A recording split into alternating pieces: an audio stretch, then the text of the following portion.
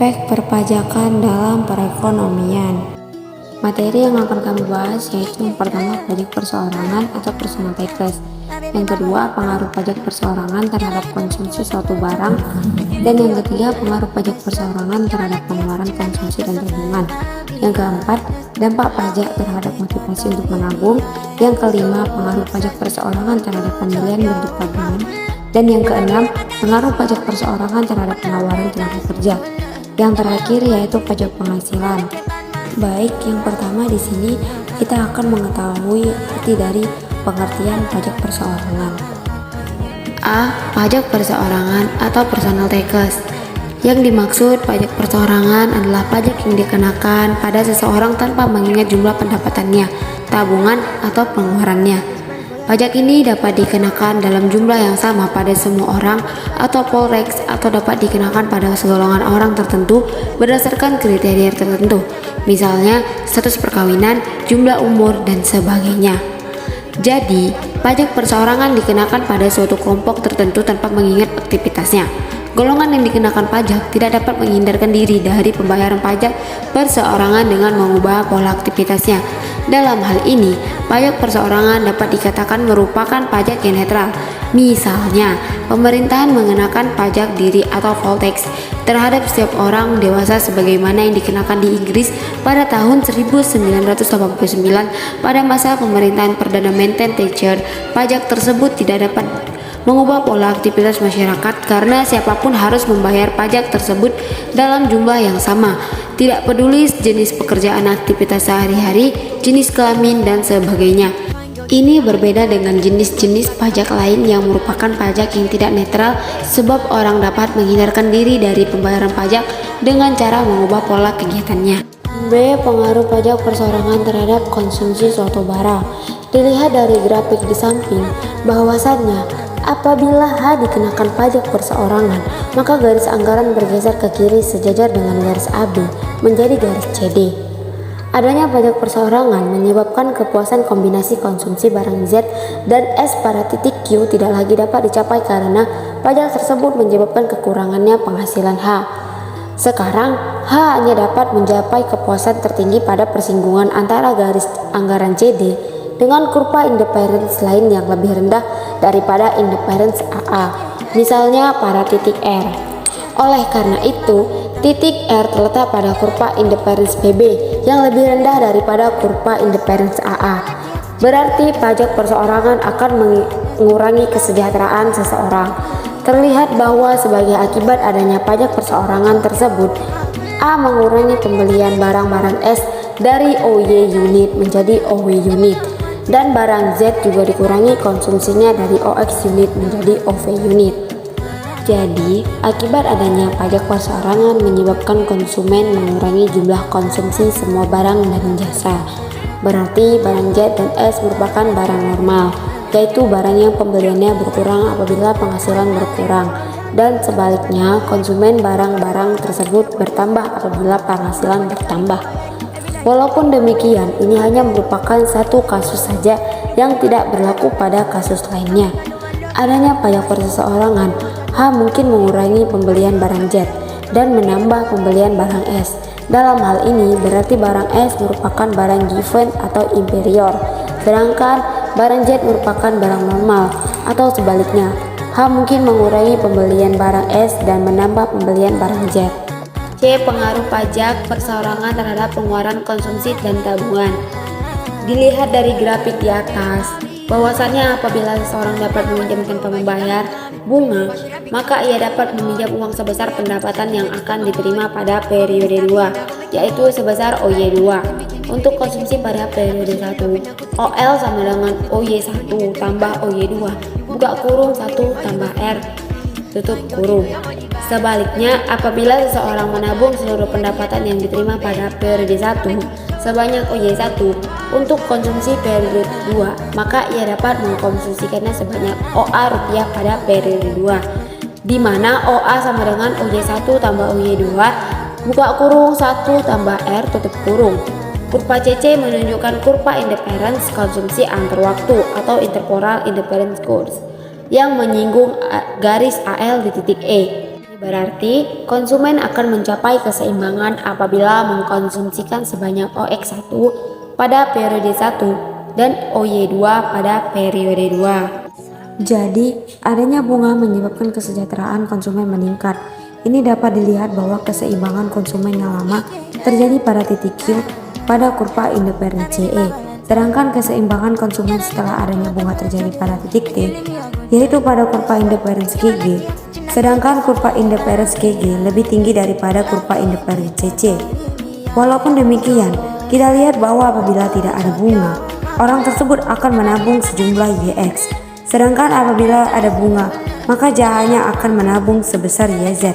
Ini berarti adanya bunga menyebabkan individu tersebut mengurangi jumlah tabungannya pada periode 1 sebesar pada periode 2. Pendapatan total sebesar OZ, OY tambah Y, K tambah KZ, di mana OY pendapatan pada periode 2, KY, Y, Z tabungan pada periode 1, dan Z, K bunga tabungan. Walaupun demikian, tidak selamanya bunga menyebabkan orang akan mengurangi tabungan. Ini hanya terjadi apabila menabung untuk konsumsi tertentu di masa yang akan datang. D. Dampak pajak terhadap motivasi untuk menabung. Kita lihat bahwasannya pada grafik di samping, titik-titik T dan Q menunjukkan keseimbangan konsumen sesudah ada bunga dan sebelum ada bunga. Seseorang individu mempunyai penghasilan pada periode 1 dan periode 2 yang ditujukan pada titik Y. Kita anggap bahwa pajak perseorangan yang dipungut pada periode 1 jumlahnya sama dengan pajak periode 2, yaitu sebesar V1Y2 V2Y2. Jadi pendapatan neto periode 1 adalah pendapatan bruto OY1 dikurangi dengan jumlah pajak perseorangan sebesar V1Y1 yang harus dibayar. Pendapatan neto periode 1 sebesar RPOV1, pendapatan neto periode 2 sebesar OV2 sama dengan OY2 dikurang Y2V2, di mana OY2 sama dengan pendapatan bruto periode 2 dan Y2V2 sama dengan jumlah pajak yang dipungut garis anggaran sekarang bukan lagi garis CD melainkan garis EP, dan keseimbangan konsumen terjadi pada titik R yang persinggungannya antara kurva independence DD dengan garis kemungkinan produksi EF. Di sini kita lihat bahwa pajak perseorangan sebesar V1Y1 sama dengan V2Y2 menyebabkan seseorang mengubah jumlah tabungannya periode 1 dari RI1Y1 menjadi T1V1 dalam diagram 10.6. Terlihat bahwa R1Y1 sama dengan T1V1 yang berarti adanya pajak perseorangan menyebabkan seseorang individu tidak mengubah tabungannya pada periode 1 dengan situasi sebelum adanya pajak. Walaupun demikian, hal tersebut tidak terlalu demikian. Mungkin saja R1Y1 lebih besar daripada T1V1 atau R1Y1 lebih kecil daripada T1V1. Pada periode 2 ini, individu tersebut akan mengubah tabungannya dari R2Y2 menjadi T2V2. E. Pengaruh pajak perseorangan terhadap pemilihan bentuk tabungan. Dari grafik di samping bahwasannya seseorang yang menabung seluruh uangnya dalam bentuk tunai akan berada pada titik nol, yang berarti ia tidak akan memperoleh hasil. Sebaliknya, ia pun tidak menanggung resiko penurunan nilai tabungannya. Sebaliknya, apabila ia menabung seluruh uangnya dalam bentuk tabungan yang mempunyai resiko tinggi, maka ia berada pada titik A, di mana ia akan selalu memperoleh penghasilan dari tabungan yang tinggi dengan resiko yang tinggi pula. Jadi, kurva independence yang terletak di kanan memberikan tingkat kepuasan yang lebih tinggi daripada kurva independence yang berada di sebelah kiri. Kombinasi resiko dan hasil yang dipilih seseorang mempunyai kurva independence seperti pada diagram 8 adalah pada titik E, yaitu persinggungan antara garis OA yang mempunyai kombinasi resiko dan hasil yang mungkin dicapai dengan garis kurva independence EE yang menunjukkan tingkat kepuasan yang ingin diperoleh. Garis kombinasi hasil dan resiko yang ditunjukkan oleh garis OT dapat dicapai atau dipilih, akan tetapi seseorang yang bertindakan secara rasional tidak akan memilihnya oleh karena setiap Titik pada garis OT menunjukkan hasil yang lebih kecil untuk resiko yang sama atau lebih inferior daripada garis OL. Baik, pada diagram 10.9 ditunjukkan bahwa sebelum adanya pajak perseorangan, seseorang memilih tabungannya dalam kombinasi risiko dan hasil yang ditunjukkan oleh titik E. Pada titik E ini, orang tersebut menghadapkan akan menerima hasil sebesar OY, maka ia bersedia memegang tabungannya dalam bentuk-bentuk yang mempunyai risiko sebesar OR. Setelah dikenakan pajak perseorangan, orang tersebut memilih kombinasi risiko dan hasil pada titik F, di mana hasilnya itu yang diharapkan sekarang adalah OZ. Dengan adanya pajak menyebabkan orang tersebut mau mengambil resiko yang lebih besar, yaitu sebesar OS dibandingkan OR sebelum ada pajak perseorangan. Akan tetapi ini tidak selalu demikian, karena pajak perseorangan dapat pula menyebabkan seseorang tidak mau mengambil resiko yang lebih besar. Bahkan ia hanya mau bersedia mengambil resiko yang lebih kecil, dan hal ini ditunjukkan oleh titik D pada diagram 10.9. Selanjutnya kita akan membahas subbab bagian F, pengaruh pajak perseorangan terhadap penawaran tenaga kerja. Bila semakin tinggi letak kurva indifference, berarti semakin tinggi pula kesejahteraan seseorang. Jadi kurva indifference CC lebih disukai daripada kurva indifference EE, sedangkan kurva indifference GG lebih tidak disukai daripada kurva indifference EE. Dengan tingkat upah yang berlaku, maka garis OA menunjukkan jumlah upah yang diterima seseorang dengan jam kerja yang tertentu. Semakin tinggi tingkat upah, maka semakin tegak garis OA, sebagaimana yang ditunjukkan oleh garis OM. Di sini jarak OB menunjukkan jumlah pajak yang harus dibayar walaupun seseorang tidak bekerja sama sekali. Pada diagram 10.11 terlihat bahwa orang yang harus membayar pajak perseorangan menyebabkan ia bekerja lebih lama dari sebelum ada pajak. Kalau sebelum ada pajak ia bekerja sebanyak OX jam, setelah dikenakan pajak ia bekerja sebanyak OF jam. Dengan bekerja sebanyak OF jam, orang tersebut menerima upah neto sebesar OZ rupiah, yaitu upah bruto sebesar OW rupiah dikurangi dengan jumlah pajak yang harus dibayar sebesar OB sama dengan WZ rupiah. Dan pada diagram 10.12 terlihat bahwa apabila adanya pajak menyebabkan 17 terlihat bahwa apabila adanya pajak menyebabkan posisi seseorang berpindah dari titik E ke titik R, yang berarti orang tersebut tidak mengubah jam kerjanya. Sebaliknya, apabila seseorang karena pajak menyebabkan posisi berpindah dari E ke T, berarti adanya pajak justru menyebabkan orang yang bersangkutan mengurangi jam kerjanya. Selanjutnya, pada subbab bagian G yaitu pajak penghasilan. Pajak penghasilan atau yang biasa disebut dengan PPH adalah pajak yang dikenakan terhadap subjek pajak penghasilan atas penghasilan yang diterima atau diperolehnya dalam tahunan pajak. Biasanya, subjek pajak tersebut dikenai pajak apabila menerima atau memperoleh penghasilan. Subjek pajak yang dimaksud dalam Undang-Undang Nomor 36 Tahun 2008 tentang Pajak Penghasilan atau PPH disebut dengan wajib pajak. Wajib pajak dikenai pajak atas penghasilan yang diterima atau diperolehnya selama 1 tahun pajak atau dapat pula dikenai pajak untuk penghasilan dalam bagian tahun pajak apabila kewajiban pajak subjektifnya dimulai atau berakhir dalam tahun pajak. Pajak penghasilan ini pun merupakan jenis pajak subjektif yang kewajiban pajaknya melekat pada subjek pajak yang bersangkutan. Artinya, kewajiban pajak tersebut dimaksudkan untuk tidak dilimpahkan kepada subjek pajak lainnya. Oleh karena itu, dalam rangka memberikan kepastian hukum, penentuan saat mulai dan berakhirnya kewajiban pajak subjektif menjadi penting. Karena pajak penghasilan adalah pajak yang dikenakan atas objek pajak penghasilan sebagaimana diatur pada Undang-Undang Pajak Penghasilan. PPH atau pajak penghasilan adalah pajak yang dikenakan kepada orang pribadi atau badan atas penghasilan yang diterima atau diperoleh dalam suatu tahun pajak. Penghasilan yang dimaksud dapat berupa keuntungan usaha, gaji, honorarium, hadiah, dan yang lainnya. Nah, selanjutnya yaitu objek pajak penghasilan. Hal yang menjadi objek pajak adalah penghasilan, yaitu setiap tambahan kemampuan ekonomis yang diterima ataupun diperoleh wajib pajak, baik yang berasal dari Indonesia maupun dari luar Indonesia, yang dapat dipakai untuk dikonsumsi atau untuk menambah kekayaan wajib pajak yang bersangkutan dengan nama dan dalam bentuk apapun, yaitu termasuk 1. Penggantian atau imbalan berkenaan dengan pekerjaan atau jasa yang diterima atau diperoleh. 2. Hadiah dari undian atau pekerjaan atau kegiatan dan penghargaan lainnya.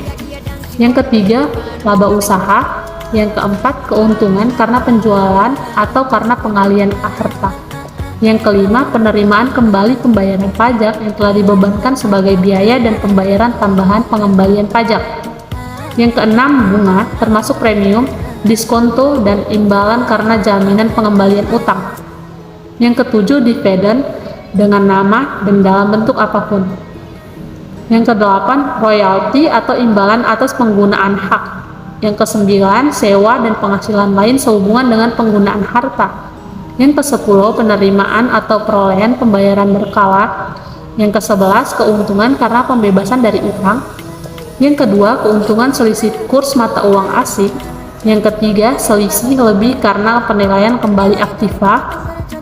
Yang ke-14, premi asuransi. Dan yang ke-15, iuran yang diterima atau diperoleh perkumpulan dari anggotanya yang terdiri dari wajib pajak yang menjalankan usaha atau pekerjaan bebas. Yang ke-16, tambahan kekayaan neto yang berasal dari penghasilan yang belum dikenakan pajak. Yang ke-17, penghasilan dari usaha berbasis syariah. Yang ke-18, imbalan bunga sebagaimana yang dimaksud dalam undang-undang yang mengatur mengenai ketentuan umum dan tata cara perpajakan. Dan yang terakhir, 19, surplus Bank Indonesia. Nah, adapun di sini yang bukan objek pajak penghasilan, yaitu yang pertama, bantuan atau sumbangan, yang kedua, warisan, yang ketiga, penggantian atau imbalan sehubungan dengan pekerjaan atau jasa yang diterima ataupun diperoleh dalam bentuk natura, dan kenikmatan dari wajib pajak ataupun pemerintah. Kecuali yang diberikan oleh bukan wajib pajak yang dikenakan pajak secara final atau wajib pajak yang menggunakan norma perhitungan khusus atau deemed profit sebagaimana yang dimaksud dalam pasal 15. Yang keempat, pembayaran dari perusahaan asuransi kepada orang pribadi sehubungan dengan asuransi kesehatan, asuransi kecelakaan, asuransi jiwa, asuransi dwiguna, dan asuransi beasiswa. Yang kelima, dividen atau bagian laba yang diterima atau diperoleh perseroan terbatas bagi wajib pajak dalam negeri, koperasi, badan usaha milik negara, atau badan usaha milik daerah dari penyertaan modal pada badan usaha yang didirikan dan bertempat kedudukan di Indonesia dengan syarat dividen berasal dari cadangan laba yang ditahan, dan bagi perseroan terbatas, badan usaha milik negara, dan badan usaha milik daerah yang menerima dividen tersebut. Yang keenam, iuran yang diterima atau diperoleh dana pensiun yang pendiriannya telah disahkan Menteri Keuangan, baik yang dibayar oleh pemberi kerja maupun pegawai. Yang ketujuh, penghasilan dari modal yang ditanamkan oleh dana pensiun sebagai dimaksud pada huruf G dalam bidang-bidang tertentu yang ditetapkan dengan keputusan Menteri Keuangan.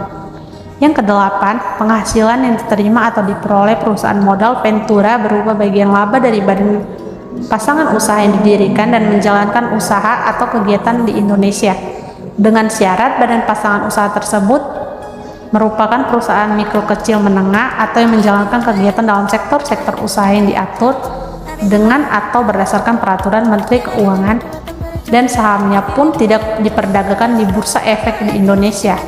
Adapun unsur-unsur pendapatan, yaitu yang pertama, Pemberian yang diterima seseorang dapat dalam bentuk uang maupun dalam bentuk barang. Misalkan, pemberian uang dalam jumlah yang kecil tetapi dalam frekuensi yang sering serta tidak teratur menimbulkan kesulitan dalam menghitung besarnya pendapatan.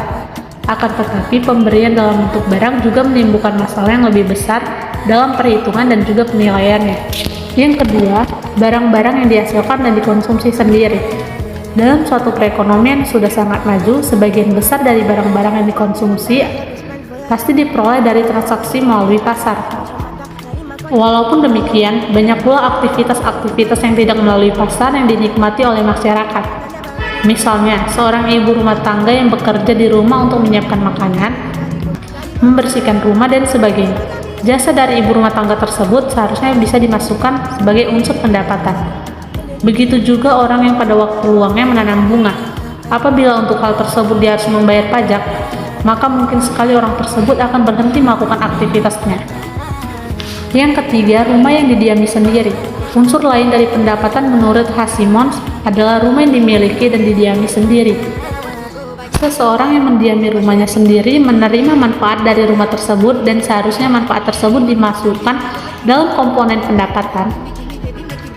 Pada prakteknya, rumah yang didiami sendiri tidak dihitung sebagai komponen pendapatan untuk tujuan pengenaan pajak penghasilan. Walaupun pada prinsipnya saja manfaat rumah yang didiami sendiri dapat dihitung nilainya dengan cara menghitung imputed rent, yaitu dengan cara mendasarkan pada nilai sewa dari rumah jenis tersebut. Dan yang terakhir, penggunaan barang-barang tahan lama dan keuntungan modal. Yang dimaksud penggunaan barang-barang yang mempunyai unsur kegunaan yang lama yaitu seperti alat-alat rumah tangga, meja, kursi, dan sebagainya adalah merupakan komponen dari pendapatan menurut Hasimons. Akan tetapi kesulitan dari penentuan nilai jasa barang-barang tersebut menyebabkan barang-barang tersebut tidak dimasukkan sebagai komponen pendapatan untuk tujuan pemungutan pajak penghasilan. Selanjutnya yaitu ada pengaruh pajak penghasilan terhadap jam kerja. Dalam pembahasan di sini, yang dimaksud dengan kerja adalah suatu aktivitas yang mendapatkan balas jasa berupa uang ataupun upah. Di sini kita anggap bahwa orang lebih suka akan waktu luang dan kurang suka untuk bekerja. Oleh karena itu, dalam diagram 10.13 yang menghubungkan waktu luang dengan upah, kurva indifference mempunyai arah seperti lazimnya, karena uang dan waktu luang adalah hal yang sama-sama disukai. Di dalam analisis ini, kita anggap bahwa orang mendapatkan pendapatan dari kerja dan dari kekayaannya. Dan penghasilannya adalah sebesar CB rupiah yang seluruhnya berasal dari kekayaannya. Seseorang yang rasional akan berusaha untuk mencapai kepuasan yang maksimum yang dapat dicapainya dengan suatu tingkat upah tertentu. Kepuasan maksimum yang dapat dicapai pada titik persinggungan antara kurva indifference dengan garis ABC, di mana orang tersebut akan menggunakan waktu luangnya sebanyak OY jam atau ia akan bekerja sebanyak EC jam dan memperoleh penghasilan sebesar EY rupiah.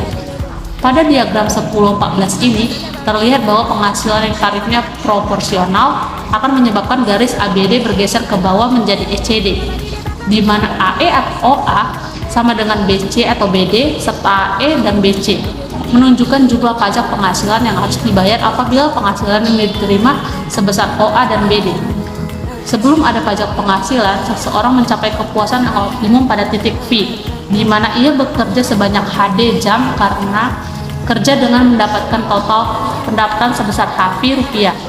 Adanya pajak penghasilan menyebabkan kepuasannya berpindah dari V ke Z dan ia akan bekerja lebih lama atau DG jam kerjanya.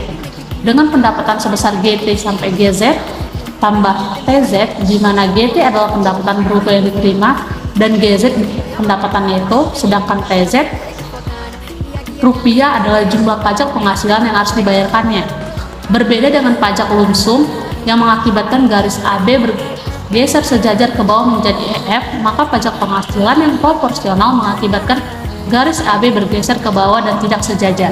Selanjutnya kita akan masuk pada bagian efek pajak terhadap investasi, di mana pajak penghasilan juga mempunyai pengaruh terhadap investasi, oleh karena pajak itulah dapat mengurangi hasil investasi yang dilaksanakan. Di sini kurva SS menunjukkan tabungan yang juga merupakan kurva penawaran akan investasi.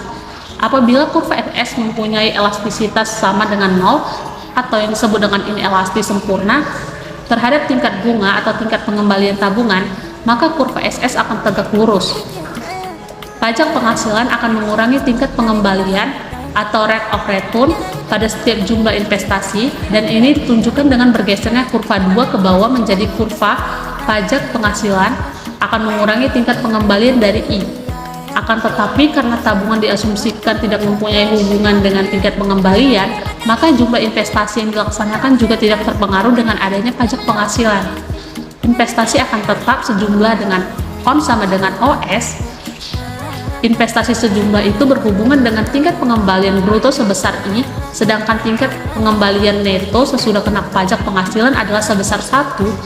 Di sini keadaan di atas, di mana tabungan mempunyai elastisitas 0 terhadap tingkat pengembalian tabungan adalah suatu keadaan yang ekstrim.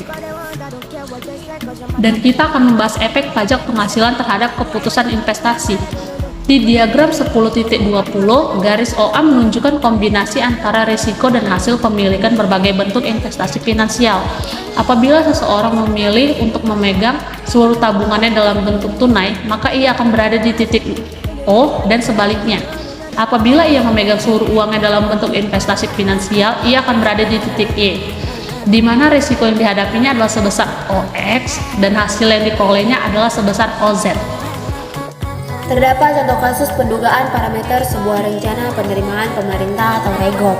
Terlihat dari tabel di atas bahwasannya nilai koefisien determinasi R2, uji F dan uji T hasil pendugaan yang diperoleh menurut kriteria statistik adalah baik. Penerimaan pajak daerah, restitusi dan laba BUMD sebagai komponen utama pendapatan asli daerah PAD berhubungan positif dan signifikan mempengaruhi rencana anggaran pemerintah atau penerimaan pemerintahan daerah Jawa. Begitu juga bagi hasil pajak dan non-pajak antara daerah dengan pemerintahan pusat signifikan mempengaruhi rencana anggaran penerimaan pemerintah daerah. Sedangkan perkembangan keadaan ekonomi daerah yang ditunjukkan oleh nilai produk domestik bruto turut mempengaruhi perkembangan anggaran penerimaan pemerintahan daerah dalam hubungan yang positif dan signifikan.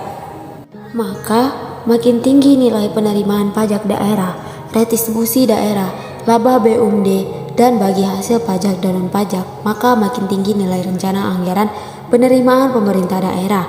Dengan kata lain, makin tinggi nilai berubah-ubah tersebut berpengaruh positif terhadap peningkatan rencana penerimaan pemerintahan daerah. Sedangkan makin membaik kegiatan ekonomi daerah, yaitu makin tinggi PDRB, akan berpengaruh mendorong peningkatan rencana anggaran penerimaan pemerintahan daerah. Oleh karena itu, keadaan rencana penerimaan pemerintahan daerah akan bergerak searah dengan kenaikan positif dari unsur-unsur penerimaan daerah dan juga oleh keadaan ekonomi daerah yang makin membaik. Besarnya kekuatan atau kapasitas masing-masing peubah penjelas dalam mempengaruhi yaitu mendorong perubahan rencana anggaran penerimaan pemerintahan daerah. Jawa Tengah dapat ditunjukkan oleh nilai elastisitas masing-masing peubah. Nilai elastisitas menunjukkan persentase perubahan pada suatu variabel sebagai akibat dari 1% perubahan pada variabel lainnya.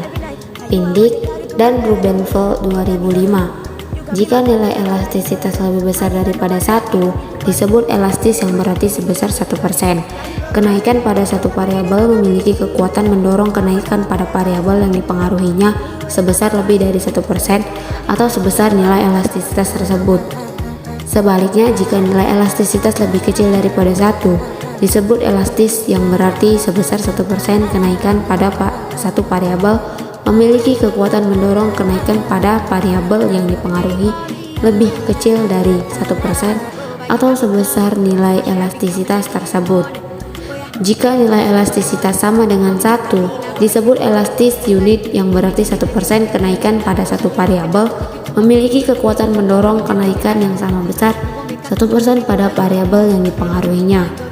Hasil analisis elastisitas masing-masing peubah pada tabel 6 di atas menunjukkan dalam jangka pendek 3 peubah pokok sebagai komponen utama pembentuk pendapatan asli daerah atau PAD yang kemudian menjadi kontributor utama pada perencanaan jumlah anggaran penerimaan pemerintah Provinsi Jawa Tengah, yaitu peubah penerimaan pajak daerah, restitusi daerah, dan laba BUMD. Ketiganya memiliki nilai elastisitas kurang dari 1 atau bersifat inelitas. Bila dilihat, besaran nilai elastisitas yang menunjukkan kemampuan masing-masing peubah untuk merubah rencana anggaran penerimaan pemerintahan daerah dari peubah restitusi daerah dan laba BUMD dalam jangka pendek maupun jangka panjang adalah sangat kecil, 0,0 sampai 0,05 dan 0,0 sampai 0,07. Artinya, misalnya dalam jangka pendek restitusi daerah dan laba BUMD masing-masing meningkat 10%, maka hanya akan mendorong kenaikan rencana anggaran penerimaan pemerintahan daerah sebesar 0,5% dan 0,6%. Ini menunjukkan bahwa kekuatan kedua peubah pokok tersebut dalam menunjukkan perubahan rencana anggaran penerimaan pemerintahan daerah adalah sangat kecil. Sebaliknya, penerimaan pajak daerah meskipun elastisitasnya masih lebih kecil 0,057 sampai 0,61, tetapi merupakan satu-satunya peubah pokok yang memiliki pengaruh lebih besar dari kedua peubah yang lain untuk merubah rencana nilai anggaran penerimaan pemerintahan daerah Jawa Tengah. Oleh karena itu, sebagai peubah pokok dikatakan bahwa penerimaan pajak daerah memiliki kekuatan utama menentukan rencana anggaran penerimaan pemerintahan daerah. Dapat diinterpretasikan dalam jangka pendek atau per periode setahun. Kenaikan penerimaan pajak daerah sebesar 10% dapat menyebabkan rencana anggaran penerimaan pemerintahan daerah naik sebesar 5,7%. Sedangkan dalam jangka panjang penerimaan pajak daerah berpengaruh meningkatkan rencana anggaran penerimaan pemerintah menjadi 6,1%.